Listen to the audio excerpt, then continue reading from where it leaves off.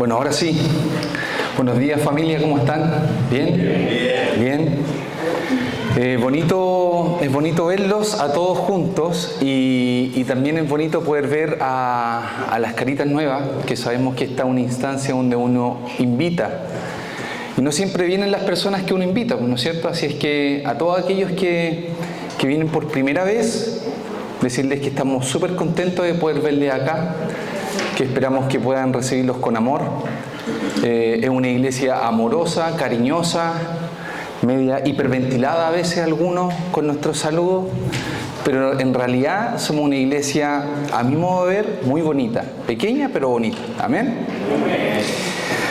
Quiero darle las gracias al Señor por la oportunidad que tenemos de servir, y no solamente yo en este caso dando el mensaje, sino me gustaría poder reconocer a todas las personas que hacen que esto sea posible. Por ejemplo, el hermano Marco, con su cámara, con la preparación, con la edición, el grupo de alabanza que ensaya, que llega súper temprano, que está súper preocupado para que todo esto salga bonito, las personas del coffee afuera, todos los que traen algo, que se preocupan de que cuando termine el culto podamos compartir un momento rico. Las personas que hicieron esto, este detallito que está acá, el pesebre, el pan, la uva, el vino. Tantas personas que hacen tantas cosas. Por ejemplo, alguien que quizá ustedes no saben muy bien, pero hay una persona que manda todos los mensajes por WhatsApp. ¿Saben quién es? La Su. Que levante la mano la Su.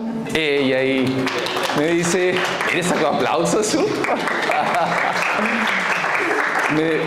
Solamente contar una infidencia, me dijo, Osvaldo, por favor, no me mandes tantos mensajes porque estoy medio...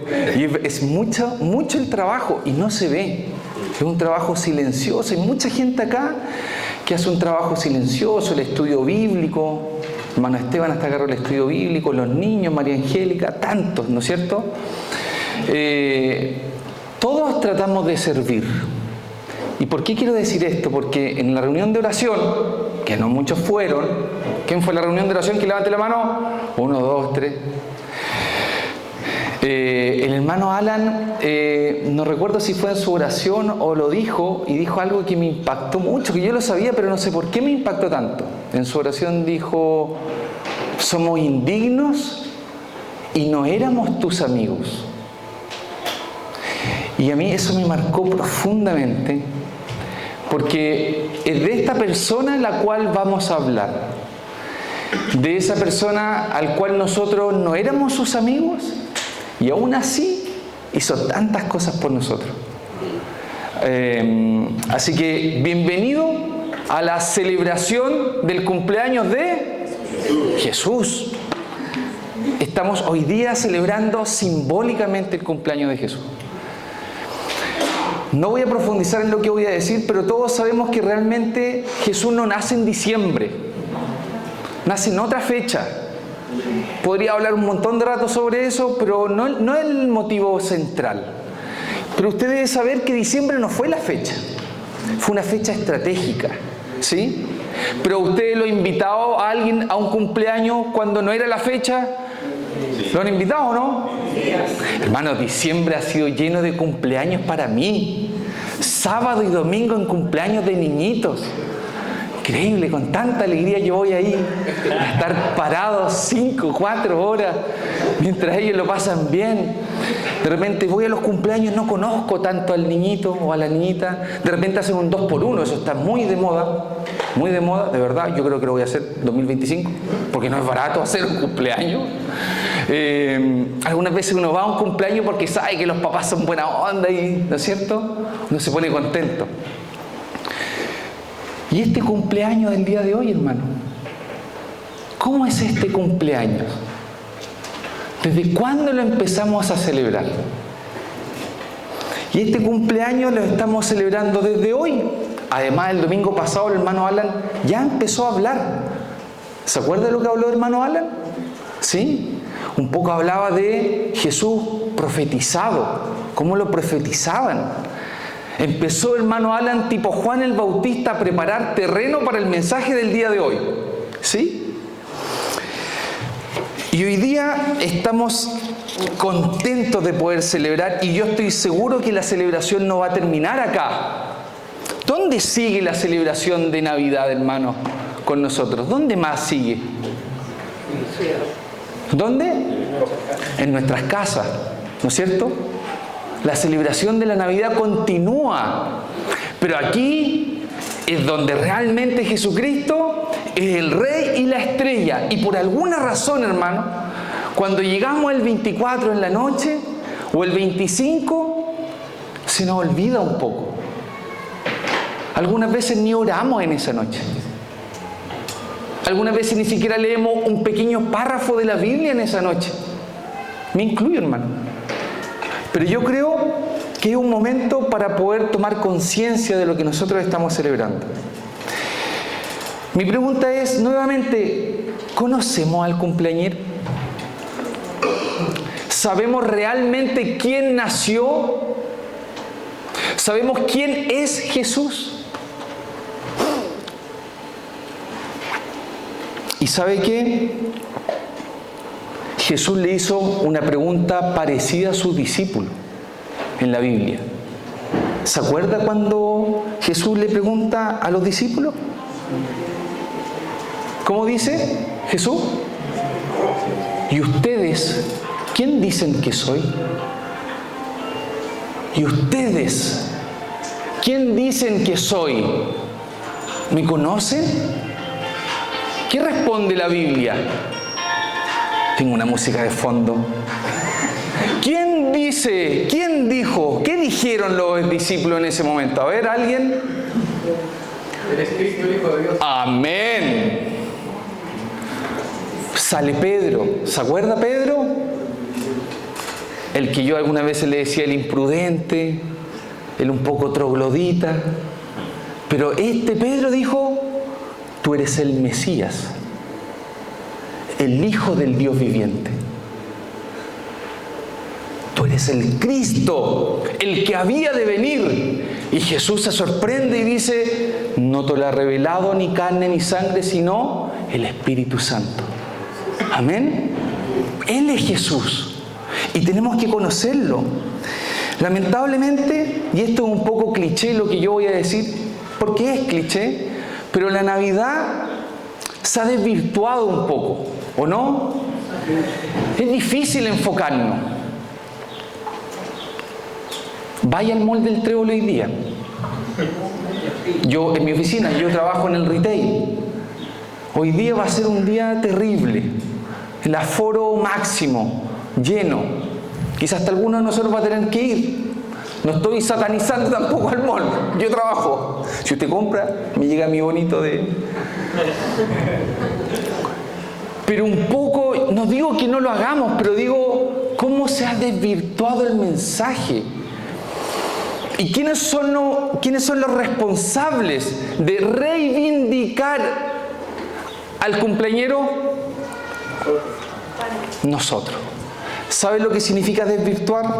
Significa alterar, modificar o distorsionar el sentido, la esencia o el propósito original de algo, de modo que pierde su valor, verdad o significado auténtico. Yo creo que la Navidad realmente está un poco desvirtuada. Y lo que yo los invito, hermanos, el día de hoy es a que reivindiquemos la Navidad. ¿Amén? ¿Quiere reivindicar la Navidad? En sus casas el 24, ¿quiere hacer alguna promesa? Yo les voy a dar algunas ideas de lo que podemos hacer en la medida que pasemos. La palabra reivindicar dice un acto de recuperar el propósito como el de darle importancia y respeto a lo que originalmente representa. Eso es reivindicar. Recordar y alinear el propósito. Pregunta, hermanos, ¿cuál es el propósito del nacimiento de Jesús? Recuperar lo que se había perdido. Vida eterna. Salvación. Reconciliarnos con el Padre. Todos lo sabemos súper bien. Si alguien nos pregunta y nos dice: oye, ¿cuál es el propósito del nacimiento de Jesús? ¿Tendríamos toda la claridad para poder decir? Porque siempre el nacimiento de un niño es motivo de alegría, ¿no es cierto? ¿Sí? Todos nos alegramos porque da ternura, felicitamos a los papás. Los que somos papás se van, duerme, porque va a ser difícil. Pero no se lo decimos, ¿no es cierto? Porque es una alegría.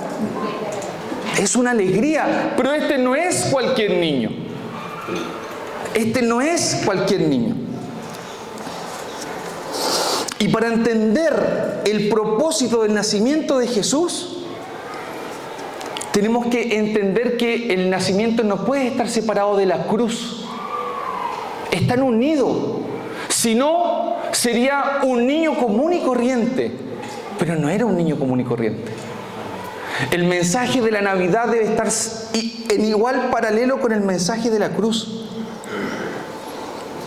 Y cuando queremos entender el propósito, para hacer la introducción tenemos que entender tres cosas, hermano. Para entender para qué vino Jesús a nacer. La primera pregunta que les digo es, ¿usted ha escuchado esta frase que les voy a decir ahora? Ciertamente morirás. Ciertamente morirás. Esto es como una trivia. ¿Dónde se dice eso, hermano? ¿Antiguo o Nuevo Testamento?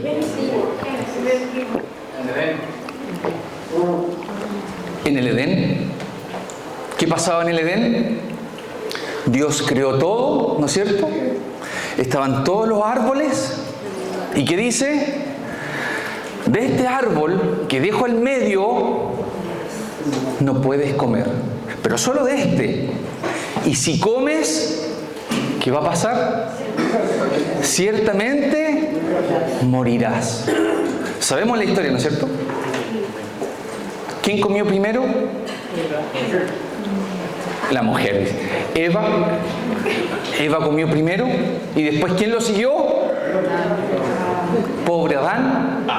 Que él mismo se dice en la Biblia, pero es que mi señora, ella, pobre, la víctima, dicen ella. Siempre la víctima el hombre.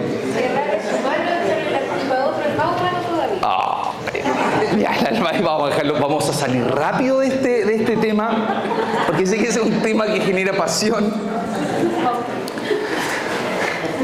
Si comen, morirás. Comieron. ¿Qué es lo justo entonces? Morir. Morir. Morir, hermanos. Eso es lo que tenía que ocurrir y eso es lo que tiene que ocurrir. Tenemos que morir. En ese momento murieron espiritualmente y sabían que iban a morir, porque no estábamos hechos para morir. No estábamos hechos para morir, hermano. No estábamos. Estábamos hechos para vivir, pero nuestra desobediencia nos lleva a eso. Segunda frase, para entender el propósito del nacimiento de Jesús. Esta otra frase, hermano. Todos han pecado. ¿Antiguo o Nuevo Testamento? Nuevo Testamento. ¿Quién dijo por allá? Usted. Nuevo Testamento. ¿En qué libro? Romanos. ¿Qué versículo? ¿Capítulo? 3:23. La hermana. Por lo tanto, todos han pecado y están destituidos de... Es que todos morimos. Pero oye, pero es que fue Adán. Es que todos morimos. ¿Alguno de ustedes ha hecho siempre y constantemente lo bueno?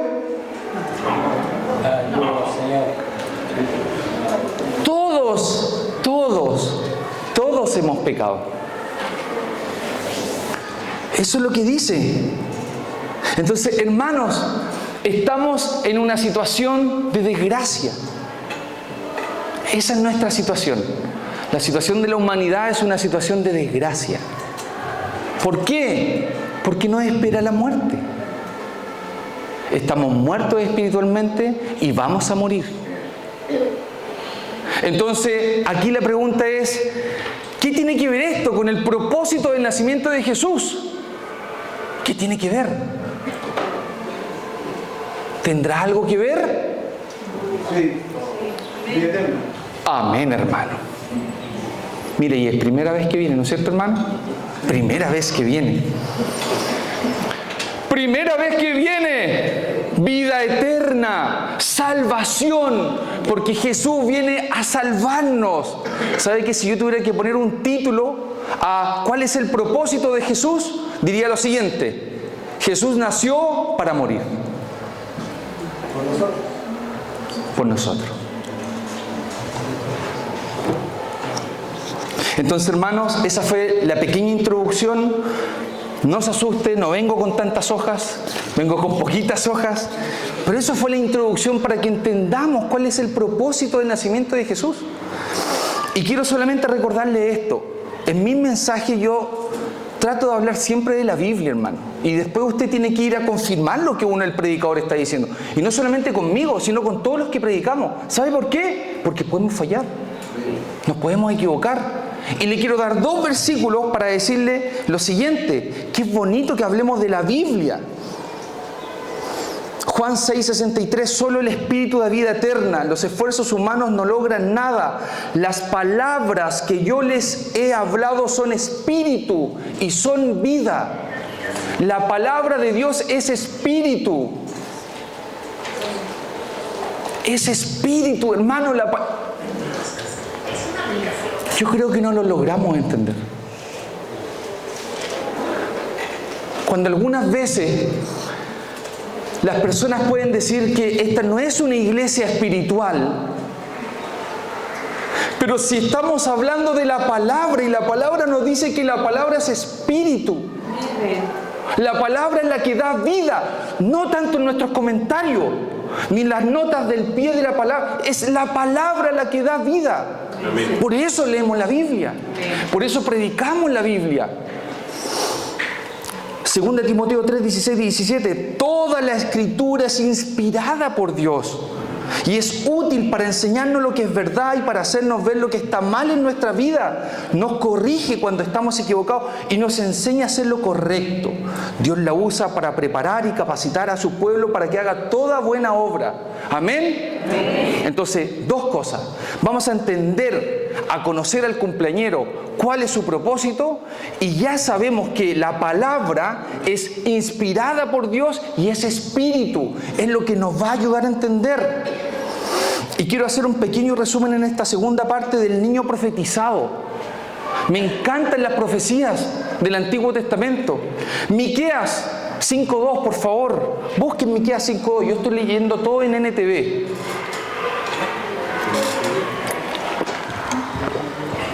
Miqueas. ¿Sabe hace cuánto tiempo se escribió en Miqueas? ¿En qué tiempo? Juéguesela. Miqueas, ¿cuántos años antes de Cristo? 700. Bien, hermana Alda, 700. Voy a nombrar otros versículos de Isaías. ¿Sabe hace cuántos años se escribió Isaías? Por acá. 700, muy bien, hermano Fabián. Bien, iglesia. 700 años antes de Cristo. Calcula cuántos son 700. ¿Cuántas generaciones más o menos de nosotros serían? 7. Claro, hermano, evidente. ¿Pero qué? ¿Cómo se llamaría el abuelito? A ver, el tatara, bici. ¿Cómo?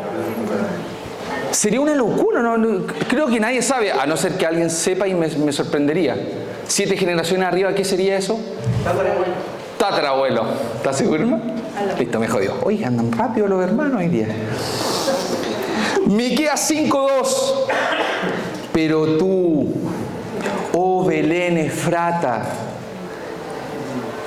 eres solo una pequeña aldea entre todo el pueblo de Judá.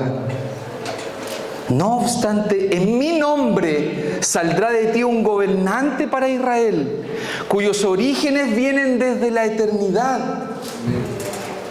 Hermanos, ¿por qué una pequeña aldea?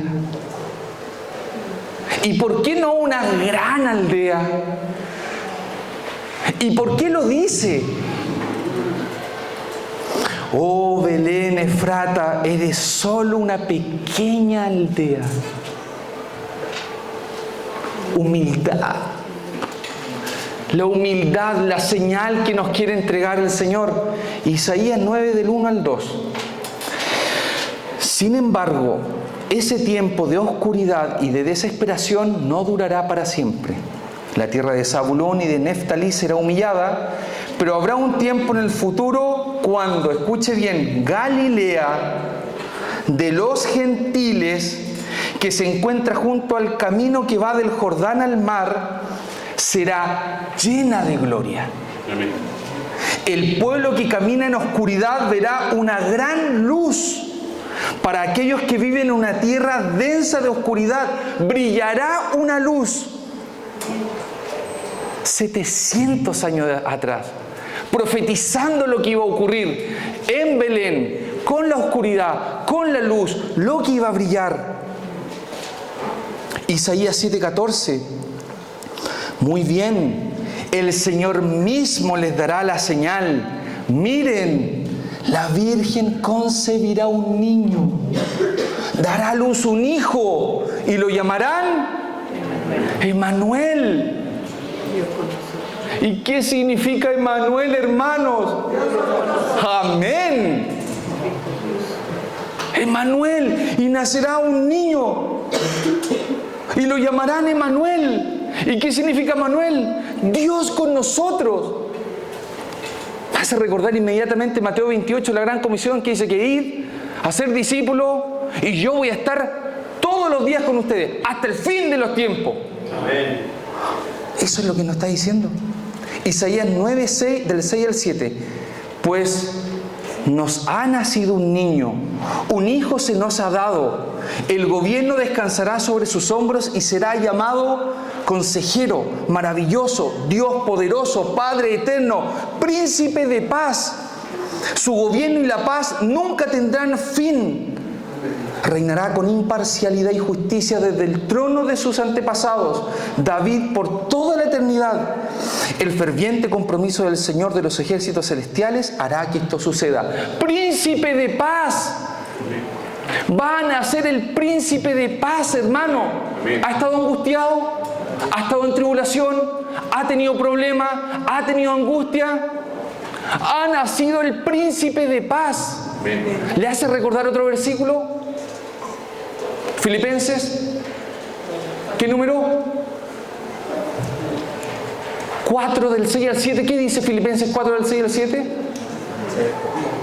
Por nada estéis afanados, por nada estéis preocupados. En cambio, oren por todo y yo les voy a dar una paz sobrenatural. Solo lo logramos por el príncipe de la paz. Solo lo logramos por el príncipe de la paz. 700 años antes. Belén, pequeña aldea, una luz dentro de la oscuridad, un príncipe de paz. Eso es lo que se está construyendo en el Antiguo Testamento. ¿Cómo pudiéramos resumir esta segunda parte para pasar a la tercera? Escuche bien, esto es lo único que quiero que pueda recordar. De la humilde Belén brillará una luz, dará a luz un hijo, Dios con nosotros, príncipe de paz. Amén. De la humilde Belén brillará una luz, dará a luz un hijo, Dios con nosotros, príncipe de paz. Ese es el mensaje. Eso es lo que el pueblo de Israel estaba esperando.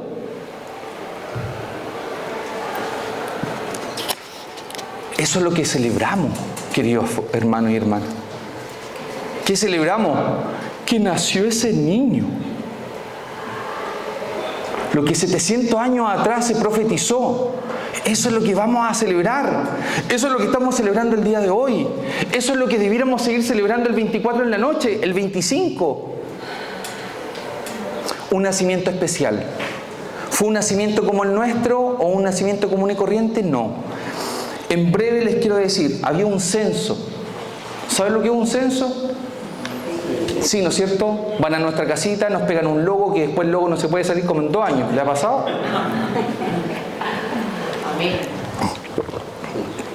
Yo he visto muchas casas con... Perdón. He visto muchas casas con un censo Y con el logo así como tratando de sacarse y no sale, pues. Sale con calor, gracias hermana. ¿Alguien tiene censo en su puertecita? ¿Sí? Había un censo en ese tiempo. El emperador romano César Augusto emitió un edicto para que se realizara un censo en todo el imperio. Según la tradición judía, las personas debían registrarse en su lugar de origen ancestral. Chupaya. Mi señor tendría que irse a Colombia. ¿Alguien más? ¿Quién vive lejos de acá, por ejemplo? A ver, si eso ocurriera ahora. ¿Quién es el que vive más lejos? ¿Su familia de dónde? A ver, por este lado.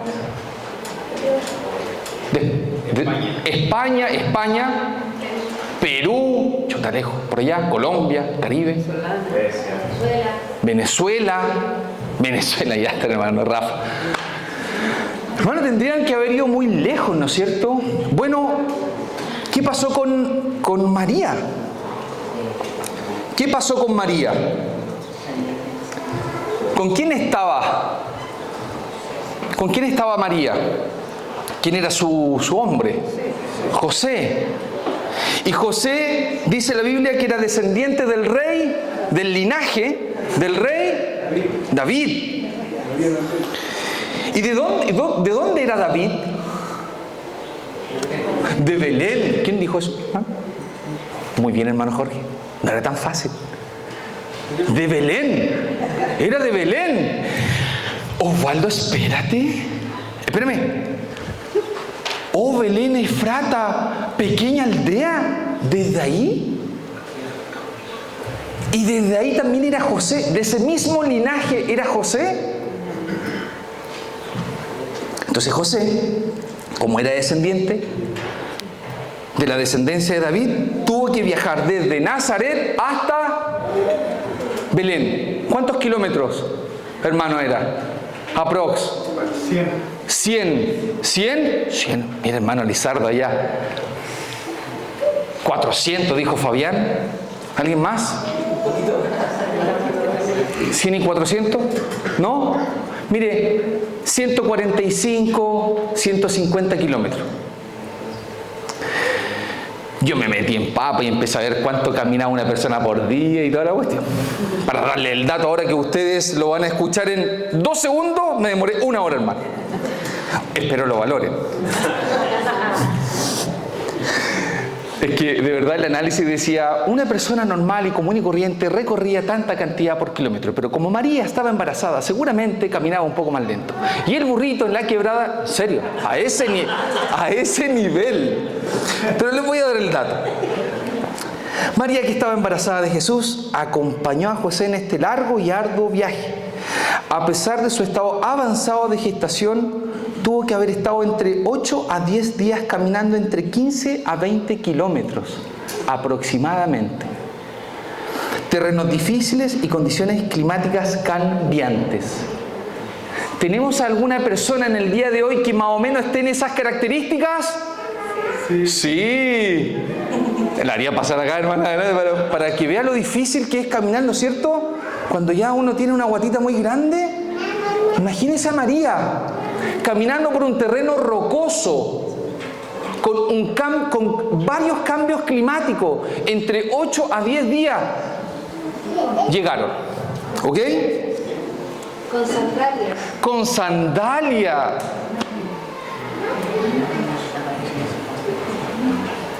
No, espérese. María, ¿qué tuvo que haber dicho? Oye, José le dice a María, María, te tengo un viaje. Nos vamos a ir de vacaciones. Puta, justito ahora, José. Perdone que sea un poco coloquial, pero bueno, iniciaron este viaje. ¿Cómo tuvo que haber sido el ánimo de María al día 5º, al día 6º, 8º, 9º? Uno se demora como toda esposa, hermano. Sí, como toda esposa. Dios la hizo iguales en todos los lugares. Uno va 5 horas y ya está todo cansado, ¿no es cierto? Pasa la Copec y se cae, y ya está mal geniado porque los niños pidiendo que cuando llegamos. 8, 10 días, hermano. Y como si no bastara la larga travesía, ¿qué ocurre? va al Airbnb de Jesús, empiezan a buscar hospedaje, ¿y qué ocurre? Todo lleno. Yo creo que José, pienso que un buen hombre preocupado de María, de su esposa, con su guatita. ¿Qué hace José? ¿Qué hace? Como el chileno. ¿Qué hace el chileno? Se la rebusca, ¿no es cierto? Entonces dicen que encontró una posada o una residencia y dijo, aquí está. No, está todo lleno. Pero abajo hay un lugar que es para los animales, que son los animales de los que duermen en la posada. Por lo tanto, es el único lugar disponible que te puede ofrecer José. ¿Lo tomo? ¿Lo tomo? Perdón, me salgo de la historia. ¿Al Señor se le fue esa cosita? ¿Se le fue que María iba a estar embarazada, que iba a caminar 8 o 10 días, que lo único que quería era descansar y que más encima estaba a punto de tener a su hijo y tiene que nacer al lado de los animales, en un lugar con condiciones nada que ver para tener un bebé? Al Señor se le fue esa situación como al Choa. Uy, se nos escapó el temblor y no pudimos avisar. No, hermanos. Al Señor se le fue que estaban en la pequeña aldea de Belén, de Efrata. Uy, pero es que el Señor era pequeña, ¿te confundiste?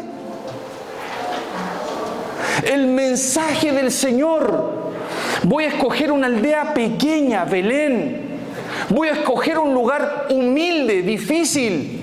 Para algunos puede haber sido, oye, entre prueba y tras prueba, ¿ah?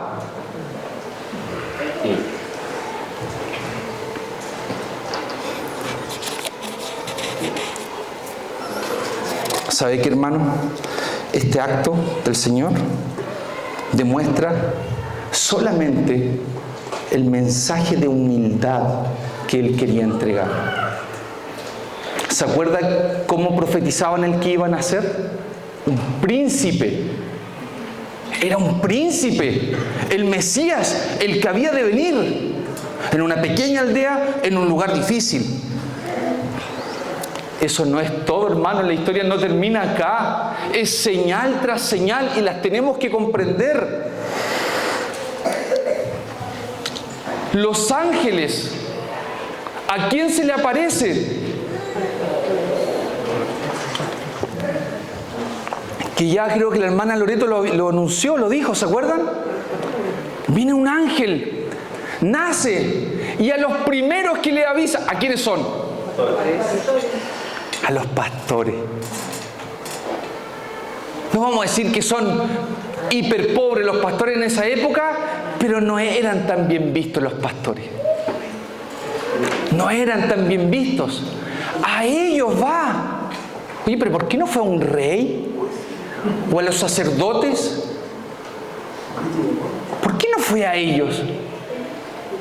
¿Por qué nuevamente el Señor, como una señal, escoge lo que estaba ahí? Lo humilde, lo un poco excluido. Escoge a los pastores.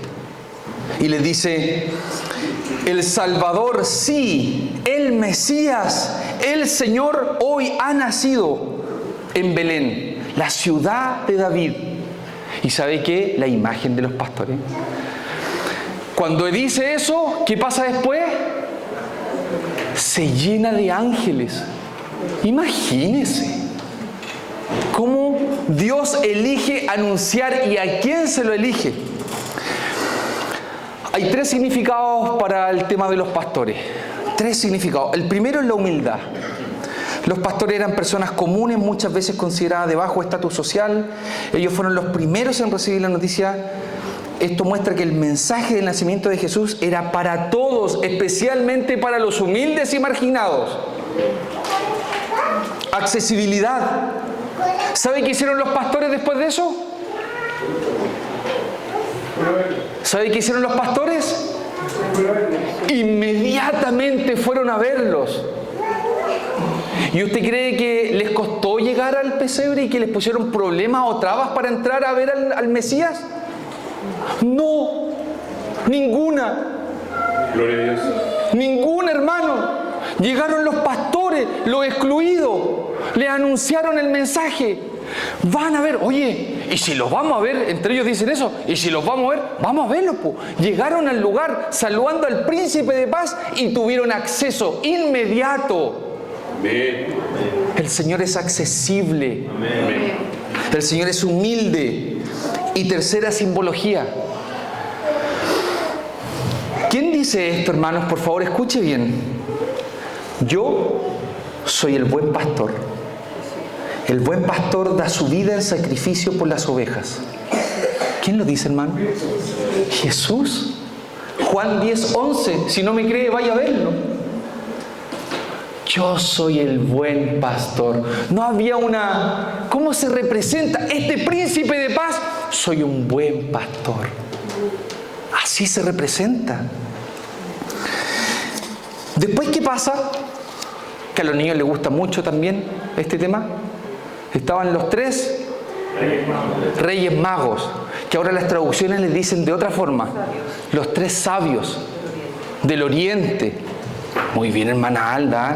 Vamos a regalar alguna cosita, una agendita con un lápiz. No me deje mal, hermano, en público, que estamos grabando.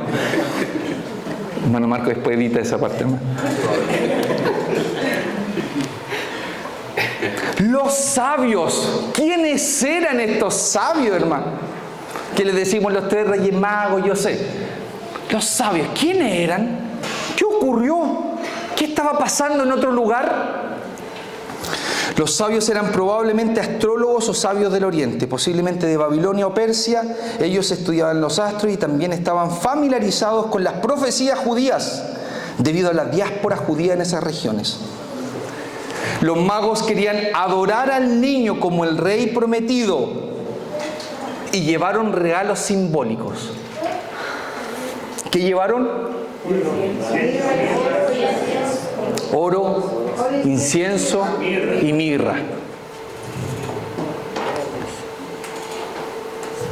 ¿El oro qué significa? Oiga, me tiene sorprendido, hermana Alba. Hermano Esteban también tiene que acompañar a la... El oro significa realeza. A este niño le llevaban desde ya, porque sabían quién había nacido. Sabían quién había nacido, un rey. Oro. Incienso, ¿qué representa? Un poco más difícil. Sacerdocio, divinidad. Ven que no solamente este lado también sabe, también tenemos esta a la izquierda aquí, sacando la cara. Incienso, divinidad. Y la última, que es la que más me sorprende. Mirra. Sacrificio. Pero ¿sabe qué? ¿Qué?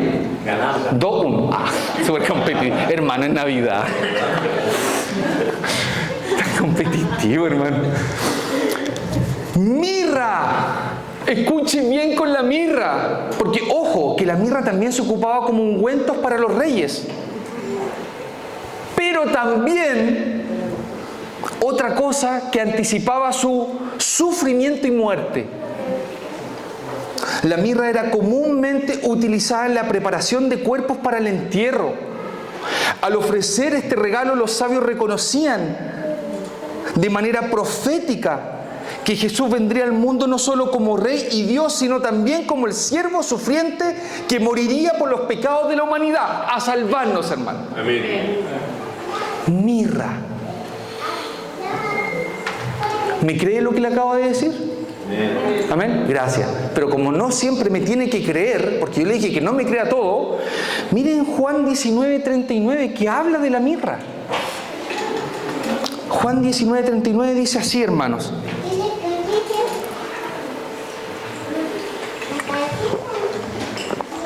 Lo acompañó Nicodemo, el hombre que había ido a ver a Jesús de noche. Llevó consigo unos 33 kilos de ungüento perfumado, una mezcla de mirra y aloe. El Nuevo Testamento está diciendo para qué se ocupaba la mirra. Lo mismo que los sabios le llevaron a Jesús. Amén.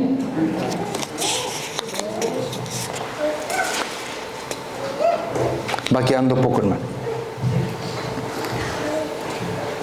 Entonces, ¿qué hemos visto hasta el momento? Hasta el momento vimos que lo primero, la Navidad estaba en este momento, en nuestros años, está un poco desvirtuada y queremos reivindicarla, ¿no es cierto? Y nosotros queremos reivindicarla. Amén. Y la vamos a reivindicar en nuestras casas también, pero sobre todo con nuestra conciencia. Hablamos de que este no fue un nacimiento cualquiera, fue profetizado, ¿cuántos años atrás? 700 años atrás, que venía de una aldea pequeña, ¿se acuerda? Pequeña, Belén, va a venir el príncipe de paz, Dios con nosotros, eso era. Después vimos que se concluyó eso con el nacimiento de Jesús. Estaba el censo, ¿no es cierto? Caminaron como 10 días, nació en un pesebre, en circunstancias difíciles, se le declararon los ángeles a los pastores y llegaron los reyes dando muestras de simbologías concretas para saber quién era este Jesús, al cual nosotros estamos celebrando hoy, al cumpleañero. ¿Amén? Y ahora les quiero decir lo penúltimo.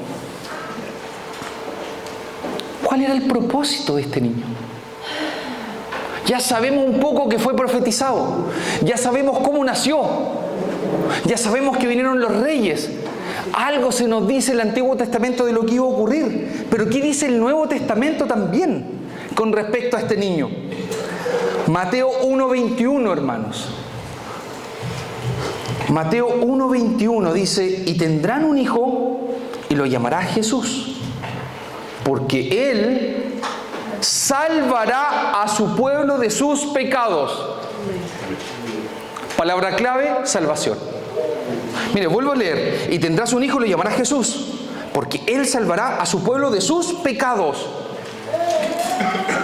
Habla del hijo, de este nacimiento. Salvación. Lucas 19:10. Pues el Hijo del Hombre vino a buscar y a salvar a los que están perdidos. ¿De quién está hablando? De ese niño. Vino a buscar y a salvar a los que están perdidos. Palabra clave, salvación.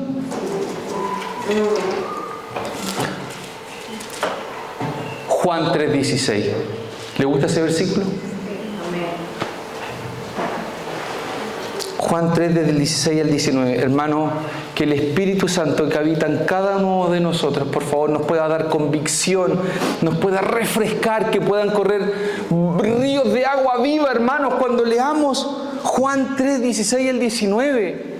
Anótelo, léalo. Si quiere leer un versículo para Navidad, cuando esté toda su familia, diga: oiga, ¿podemos leer un versículo? Juan 3, 16 al 19. ¿Lo leemos? Pues Dios amó tanto al mundo que dio a su único Hijo, para que todo el que crea en Él no se pierda, sino que tenga vida eterna. Dios no envió a su Hijo al mundo para condenar al mundo, sino para, escuche bien, salvarlo por medio de Él. No hay condenación para todo el que cree en Él, pero todo el que no cree en Él ya ha sido condenado por no haber creído en el único Hijo de Dios. Esta condenación se basa en el siguiente hecho: la luz de Dios llegó al mundo, pero la gente amó más la oscuridad que la luz, porque sus acciones eran malvadas. Hermanos, la promesa de esto es para los que creen. Tiene que creer. Si hay alguien que todavía no ha creído, tiene que creer. Tiene que creer, hermano. Miren lo que dice Gálatas 4, del 4 al 7. Sin embargo, cuando se cumplió el tiempo establecido, Dios envió a su Hijo, nacido de una mujer y sujeto a la ley. Dios lo envió para que comprara la libertad. Para que comprara la libertad de los que éramos esclavos de la ley, a fin de poder adoptarnos como sus propios hijos. Y debido a que somos sus hijos, escuche bien, envió el Espíritu de su Hijo a nuestro corazón, el cual nos impulsa a exclamar: Abba, Padre. Ahora ya no eres un esclavo, sino un hijo de Dios. Y como eres su hijo, Dios te ha hecho su heredero. Amén. Amén. Gloria a Dios. Hermanos, Bendito eres, Señor. cuando cada uno de nosotros decidió al Señor creer en este niño que fue profetizado, en lo que tenía que hacer, ¿sabe lo que ocurrió? Le dio la facultad de llamarle a cada uno de ustedes hijo e hija de Dios para siempre. Pertenecemos a la gran familia. Y no solo eso, Jesús le dijo a los discípulos: oye, tengo que morir. Pero ¿cómo, Señor, vas a morir? ¿Qué les dice Jesús? Les conviene que muera, porque después va a venir el Espíritu. Y acá dice: y debido a que somos sus hijos, Dios envió el Espíritu de su Hijo, ¿a dónde? A nuestro corazón, al templo. Nosotros somos el templo. No es este techo, no es Betania, no es el edificio, somos nosotros. ¿Se acuerda esa parte cuando Jesús habla con ciertas personas y les dice: yo puedo destruir este templo, lo puedo destruir y en 3 días lo puedo volver a hacer? ¿Se acuerda? ¿Y ellos qué hicieron?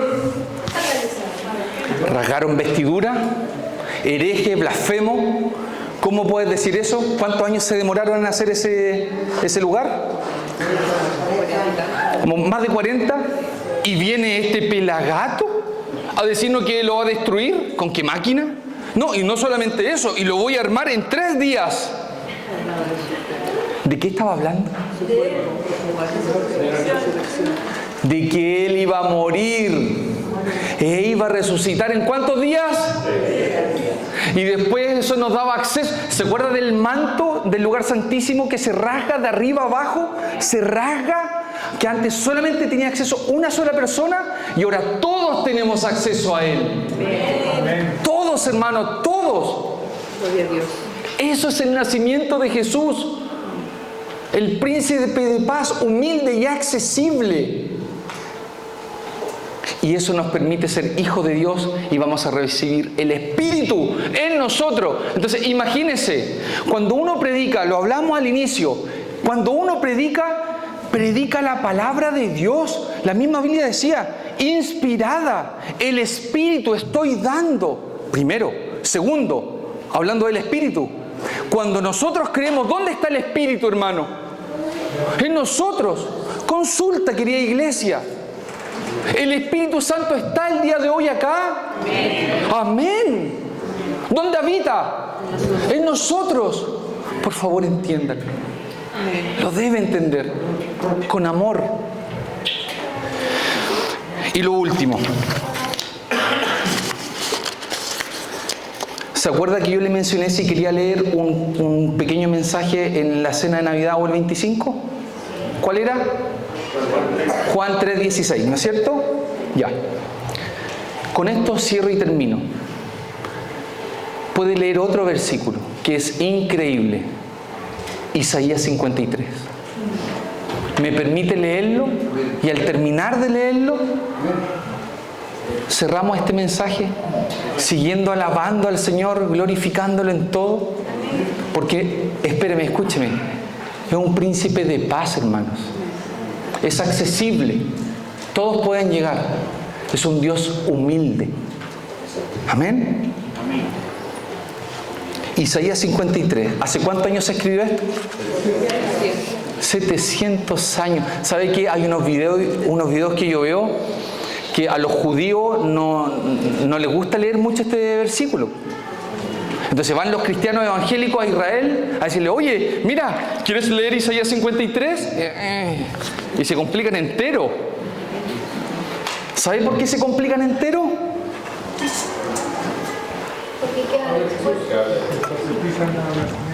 Porque usted saque sus propias conclusiones de quién es y de quién va a hablar Isaías 53. Amén.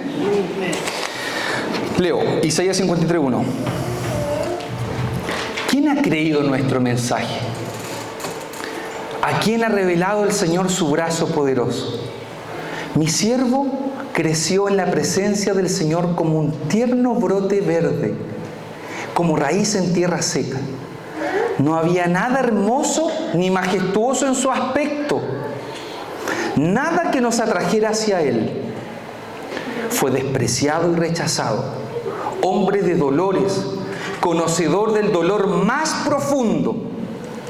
Nosotros le dimos la espalda y desviamos la mirada. Fue despreciado y no nos importó. Sin embargo, fueron nuestras debilidades las que Él cargó, fueron nuestros dolores los que lo agobiaron. Y pensamos que sus dificultades eran un castigo de Dios, un castigo por sus propios pecados. Pero Él fue traspasado por nuestras rebeliones y aplastado por nuestros pecados. Fue golpeado para que nosotros estuviéramos en paz. Fue azotado para que nosotros pudiéramos ser sanados. Todos nosotros nos hemos extraviado como ovejas. Hemos dejado los caminos de Dios para seguir los nuestros. Sin embargo, el Señor puso sobre Él los pecados de todos nosotros. Fue oprimido y tratado con crueldad. Sin embargo, no dijo ni una sola palabra. Como cordero fue llevado al matadero y como oveja en silencio ante sus trasquiladores. No abrió su boca. Al ser condenado injustamente se lo llevaron. A nadie le importó que muriera sin descendientes ni que le quitaran la vida a mitad de camino, pero lo hirieron de muerte por la rebelión de mi pueblo.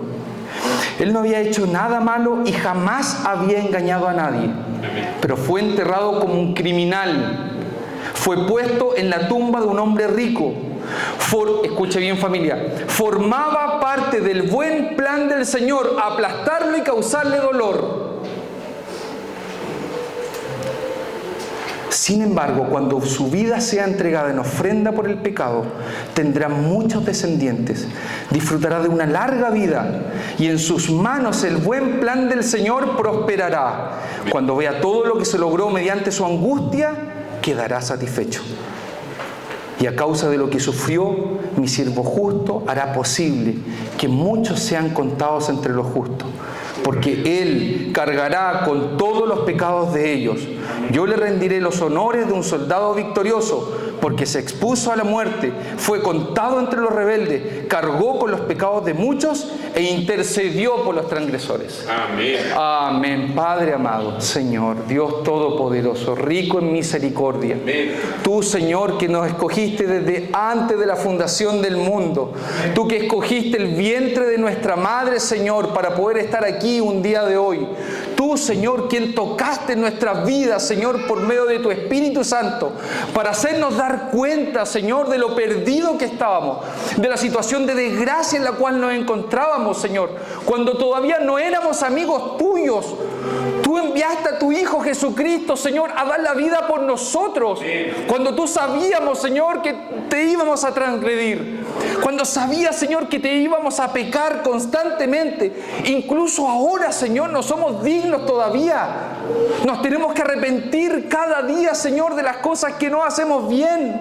Padre amado, pero por tu Hijo Jesucristo, príncipe de paz, es aquel que murió en la cruz por todos nuestros pecados, por nuestra rebelión.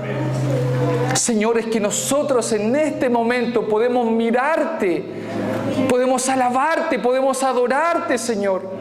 Podemos levantar nuestras manos y decir que te amamos, que te reconocemos como nuestro Dios creador, como nuestro Dios salvador y como el Señor de nuestra vida. Guíanos, Señor, siempre Ayúdanos, Señor, a que en esta fiesta te podamos reivindicar. A que si tenemos miedo, Señor, en esas fiestas familiares, donde hay personas, Señor, que quizás se incomodan con este mensaje, ayúdanos, Señor, a ser valientes. A poder decir, familia, quiero orar. Puedo leer un mensaje porque quiero reivindicar, quiero dejar en alto al que estamos celebrando, al verdadero, al cumpleañero. Señor, te lo pido, ayúdanos, Señor, a pasar esta Navidad con sentido, con conciencia de a quién estamos celebrando y cuál ha sido el impacto de Él en nuestras vidas. Ayúdanos, Señor, a continuar con este mensaje para que aquellos que todavía no te conocen, para aquellos que todavía no creen, para aquellos que todavía no han tomado su decisión, puedan creer en ti, Señor, y glorificarte solamente a ti. En el nombre de Jesús te doy gracias por este culto. En el nombre de Jesús, amén.